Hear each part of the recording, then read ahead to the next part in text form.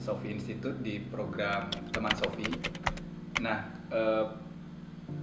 kesempatan ini kami juga kedatangan salah satu teman Sofi yang dari Majalengka ya, dari Majalengka, Jawa Barat. Jadi tempat kami di Cirebon, di kota Cirebon, dan teman satu ini yang sudah hadir datang dari Majalengka sekitar setengah jam, setengah jam apa 1 jam perjalanan? Setengah jam lebih. Oh iya, boleh dikenalkan dulu nggak?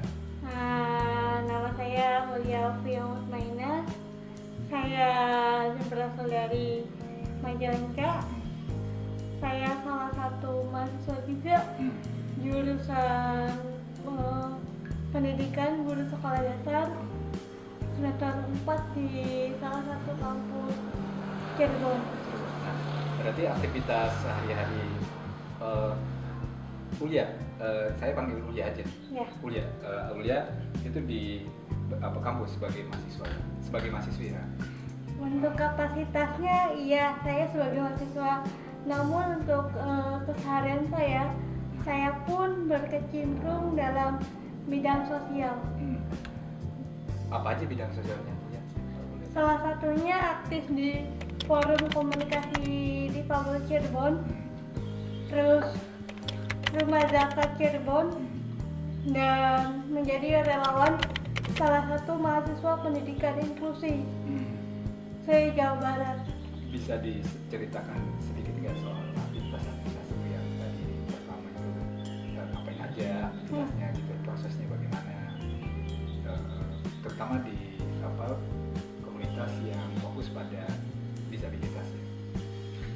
Karena kebetulan saya salah satu mahasiswa dan aktif di kampus juga, organisasi kampus, saya ingin mencoba gitu memperluas lagi prospek perkembangan skill saya di luar kampus, dan akhirnya saya ketemu dengan forum komunikasi difabel Cirebon. Nah, apa yang melatari Ulia untuk aktif di situ?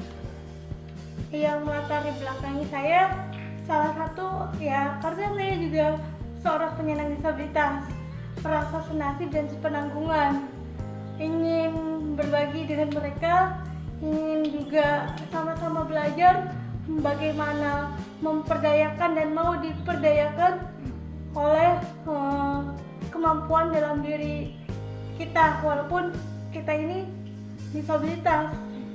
Aktivitas utamanya apa saat berkumpul berorganisasi itu biasanya aktivitas utamanya apa?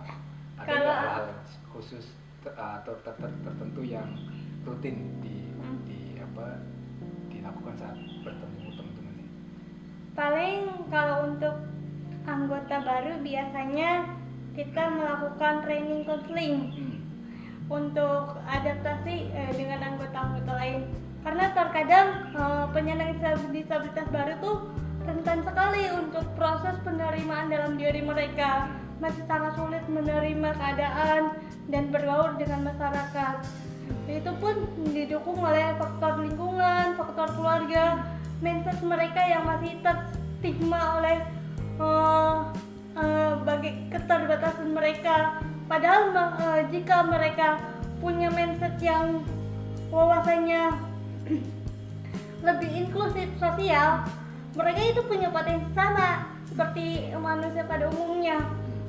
Karena dalam undang-undang Negara Republik Indonesia nomor 8 tahun 2016, kita tuh sudah dijamin gitu kan, kita tuh setara dengan manusia pada umumnya. Nah, tadi Ulia menyinggung soal penerimaan diri. Sebenarnya apa yang ingin Ulia urai dari hal itu, dari aspek itu? Kenapa Ulia bicara bahwa banyak teman-teman yang mengalami proses bagaimana sulitnya melakukan penerimaan diri? Karena kadang-kadang di forum itu rata-rata mereka tuh curhat tentang keluh kesah mereka gitu kan, dari mulai cari lowongan kerjaan yang sulit, apalagi di zaman sekarang kan banyak formasi lapangan pekerjaan yang membatasi disabilitas untuk masuk ke dalam akses lapangan pekerjaan. Kedua, karena mungkin latar belakang mereka yang pendidikannya rendah. Rata-rata mayoritas penyandang disabilitas itu berada dalam taraf kemiskinan. Namun tidak semua disabilitas berada dalam taraf kemiskinan, karena itu tuh tergantung bagaimana relasi sebab akibat mereka dalam berkembang. Oke. Nah, itu dari aspek teman-teman ya, dan maksudnya itu yang kuliah lihat di lapangan. Nah, sebenarnya dari sisi komitmen atau political will dari pemerintah sendiri itu gimana sih sebenarnya memfasilitasi misalkan katakanlah hak-hak dasar teman-teman ini gimana ya mulainya?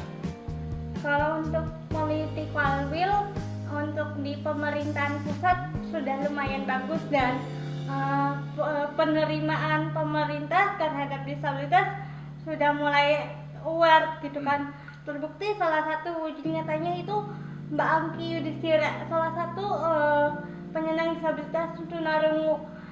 Kalau di kita sekarang tunarungu tidak boleh disebut tunarungu, tapi tuli. Oh iya. Nah, jadi memang secara nasional soal regulasi sendiri gimana sih kuliah? Kalau kita bicara soal regulasi bagi yang itu mendukung teman-teman disabilitas itu gimana kondisinya? Kondisi peta kebijakan publik yang dimiliki oleh pemerintah secara nasional itu gimana? Kalau menurut saya untuk peta kebijakan publik sudah lumayan bagus ya daripada tahun-tahun sebelumnya, karena proses regulasi sendiri mengalami perombakan selama 5 tahun berturut-turut. Itu pun dari undang-undang tahun 2009 yang penyandang disabilitas itu bersifat kariti, di sananya masih belas kasihan. Oh, iya. Tapi dalam Undang-Undang Nomor 8 tahun 2016 itu digarisbawahi bahwa Undang-Undang penyandang disabilitas itu menjamin human right, konvensi hak persamarataan penghormatan terhadap disabilitas. Namun untuk lebih ke arah implementasi ke pemerintahan daerah, kita sebagai salah satu aktivis difabel ya harus bisa merentas stigma itu di masyarakat, kemudian gencar advokasi ke berbagai lini sektor, atau kita mengadakan pertemuan-pertemuan dengan kepala daerah, desa. Otomatis mereka pun akan melibatkan kita kalau kitanya aware juga terhadap mereka, karena terkadang pemerintah desa atau daerah tuh bingung mencari informasi disabilitas kemana, karena kita juga terlalu mengeksklusifkan diri gitu kan, menutup diri. Kita harus bisa terbuka gitu. Nah, poin menarik di aspek stigma, karena dari awal kuliah juga menyinggung soal stigma. Nah, yang kuliah lihat sendiri selama proses awal berkecimpung dalam dunia aktivisme untuk mengadvokasi disabilitas, menurut yang kuliah temuin sebenarnya stigma itu bagaimana sih kok bisa muncul gitu? Sebenarnya stigma muncul tuh tergantung mindset orang ketika melabeli orang kaya dilabeli orang kaya, belum tentu dianya kaya gitu kan. Yeah. Orang sakit dilabeli orang sakit, belum tentu dianya sakit. Nah, tergantung mindset pola pikir mereka, karena induk dari stigma sendiri pola pemikiran kita. Dan apabila kita sudah termindset stigma itu, maka akan terus-menerus dan akan terjadi diskriminasi sosial. Nah, yang banyak bertebaran soal stigma itu biasanya apa? Yang banyak kuliah temui di lapangan. ketika katakanlah masyarakat umum yang awam terhadap terhadap disabilitas ini melakukan stigma, biasanya apa bentuknya apa saja gitu? Kadang bersifat rimologi lokal, yaitu stigma yang mengarah bahasa gitu kan, kekerasan bahasa, yaitu ketika orang cacat dibilang pekok, kusta dibilang penyakit atau bakteri yang menular gitu kan, padahal belum tentu kusta salah satu bakteri atau penyakit gitu kan. Dan penyandang disabilitas sering disebut impaimer atau orang sakit. Stigma orang sakit dalam diri penyandang disabilitas itu sudah turun-temurun dari pas zaman regulasi pertama sampai regulasi sekarang belum bisa tertuntaskan. Bagi teman-teman, jadi tadi ada poin menarik soal kekerasan bahasa yang banyak dilakukan oleh masyarakat awam, umumnya oleh kita sendiri ketika berinteraksi dengan teman-teman disabilitas. Banyak hal yang kadung sudah mendarah daging dalam tradisi hidup kita yang mengeksklusi teman-teman disabilitas dengan istilah-istilah yang peyoratif ya. Nah, sebenarnya hal paling mudah sebenarnya kita tentu saja mencari tahu dengan membaca beberapa literasi yang menjelaskan soal terminologi itu, bahasa yang saya kira lebih humanis. Misalkan orang gila, hari ini nggak ada sebenarnya orang gila, yang ada adalah orang dengan gangguan jiwa, ODGJ misalnya. Jadi sebenarnya istilah-istilah itu mulai harus dikembangkan dalam pengertian yang lebih humanis. Dan pertama kita mencari tahu, membaca beberapa literasi. Yang ketiga jelas adalah bertanya langsung ya. Jadi kita nih mau katakanlah saya manggil Ulia apa ya gitu loh, misalkan. Tentu itu adalah kembali ke kenyamanan Ulia. Ternyata Ulia lebih nyaman dipanggil Ulia. Yang hal-hal yang saya kira ringan begitu tentu saja mulai harus dilatih sedini mungkin dan sesekarang mungkin. Dan lanjut ke Ulia,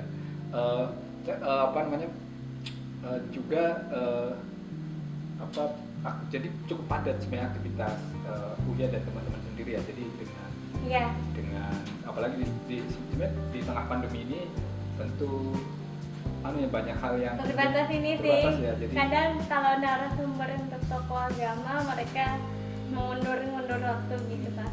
Apalagi sekarang kan lagi proses dalam pembangunan desa inklusif. Desa inklusif itu termasuk dalam salah satu program Komisi Nasional Disabilitas atau masuk dalam program SDGs atau Pembangunan Berskala Nasional tahun 2030 mendatang. Ya, teman-teman, sangat istimewa karena Ulia ini semester 4 dan pengetahuan dia terhadap berbagai peta masalah regulasi sampai aktivitas pendampingan dia sudah banyak lakukan gitu loh. Jadi tentu kesempatan ini juga menjadi satu hal yang menggembirakan tentu saja karena kami dapat banyak belajar dari Ulia langsung gitu. Nah, Ulia kan di Majalengka ya Ulia. Nah, sebenarnya kondisi di Majalengka sendiri, terutama pemerintah daerahnya itu bagaimana kalau ditarik dalam konteks pemenuhan hak-hak disabilitas? Kalau pemerintah daerah Majalengka ada yang pro, ada yang masih kontra gitu kan. Ada yang masih terstigma, ada yang udah inklusif. Tergantung orang-orangnya siapa saja. Kebetulan kemarin kita melakukan advokasi di bulan Januari tanggal 2 2020 ya. bersama lembaga masyarakat Majalengka mengusulkan raperda penyandang disabilitas, dan alhamdulillah sudah ada raperdanya, tinggal disetujui. Nah, ini udah masuk proses bagaimana nih raperda ini? Sudah masuk ke ini sih, baru sosialisasi aja ke beberapa instansi gitu kan, kayak Dinsos, lembaga pendidikan, sama dinas ketenagakerjaan atau Disnaker. Karena lemahnya di Majalengka tuh tiap ada bantuan, tiap ada pemberdayaan itu kalau barang kayak barang kayak untuk penjualan usaha gitu yang bikin kue, mereka jual kembali gitu kan, itu lemahnya mereka. Dan mereka kalaupun ada kegiatan itu harus ada administrasinya. Jadi tidak datang dengan kemauan sendiri kan gitu. Nah, berarti raperda ini sudah, kalau menurut cerita Ulia tadi sebenarnya udah tahap final ya. Udah tahap mau final. Final kan, sosialisasi sebenarnya tinggal pengesahan kan. Ini. Nah, itu prosesnya udah berapa lama ya? Teman-teman sendiri mengadvokasi adanya satu kebijakan publik yang mendukung hak disabilitas. Untuk berapa lamanya sih, kami seperti harapan kami semua penyandang disabilitas di daerah di Cirebon juga masih menunggu tahap itu.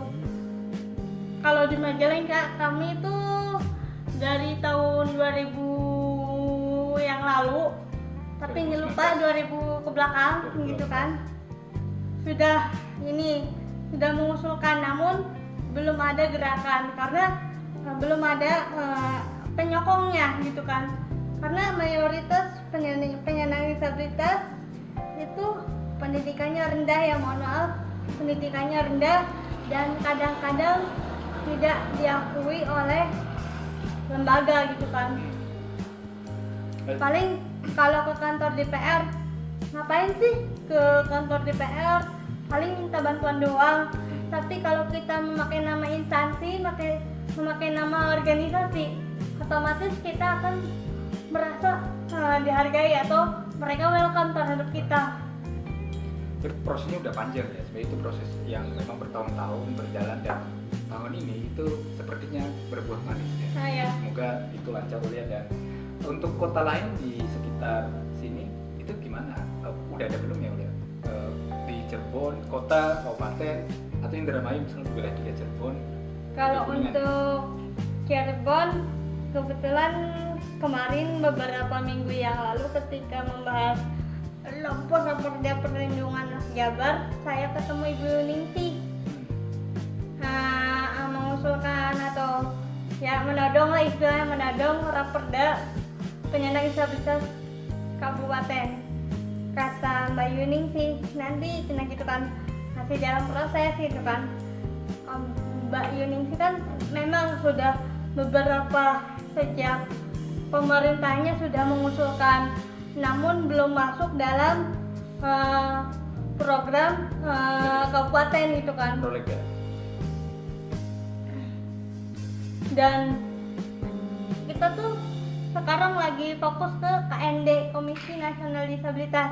Itu pun waktu pengasahan KND mengalami pro kontra dari berbagai DPO seluruh Indonesia.